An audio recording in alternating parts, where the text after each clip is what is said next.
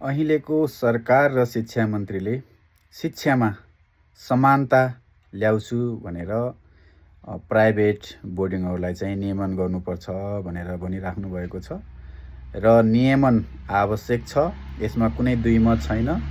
तर नियमन कुन तरिकाले गर्ने भन्ने चाहिँ एउटा आधार चाहिँ तय हुनुपर्छ भन्ने मलाई लाग्छ। म पनि प्राइभेट बोर्डिङमा पढ्ने इच्छा हुँदाहुँदै पनि आर्थिक अवस्थाको कारणले गर्दा मैले सरकारी विद्यालयबाट नै मेरो शिक्षा प्राप्त गरेर अहिले मास्टर डिग्री पनि कम्प्लिट गरिसकेको छु। सहर बजारका बोर्डिङहरूको फीमा 2-4 रुपियाँ कम गर्दैमा र एडमिसनमा 2-4 रुपियाँ कम गर्दैमा शिक्षामा समानता आउँछ जस्तो मलाई लाग्दैन। किनभने अझै पनि म दाङको वासी भएको हुनाले दाङमा पनि अझै त्यस्ता विद्यालयहरू छन् जहाँ विद्यार्थीहरू 2-2.5 घन्टा हिँडेर विद्यालय शिक्षा प्राप्त गर्नको लागि विद्यालय पुग्ने अवस्था छ र उनीहरूले घरको आर्थिक अवस्थाको कारणले गर्दा बिचमै विद्यालय छाडेर छिमेकी मुलुक भारतमा गएर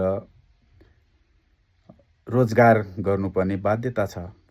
त्यसैले सहर बजारका बोर्डिङहरूको फी 2-4 रुपियाँ घटाउँदैमा र एडमिसन फीमा 2-4 रुपियाँ घटाउँदैमा ती बालबालिकाहरूको शिक्षालाई यो नीतिले छुन्छ जस्तो मलाई लाग्दैन।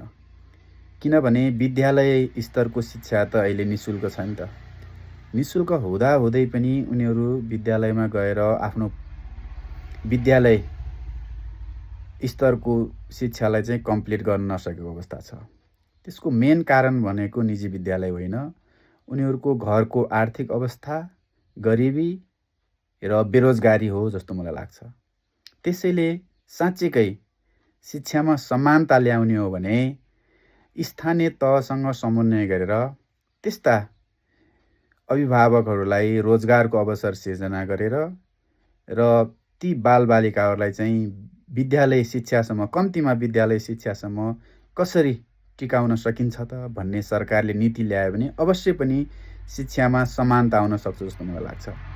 किनभने उनीहरूले सरकारी स्कुलमै गएर आफ्नो शिक्षालाई कम्प्लिट गर्न नसकेको अवस्थामा प्राइभेट बोर्डिङमा आएर उनीहरूले आफ्नो शिक्षा कम्प्लिट गर्लान् जस्तो मलाई लाग्दैन। त्यसैले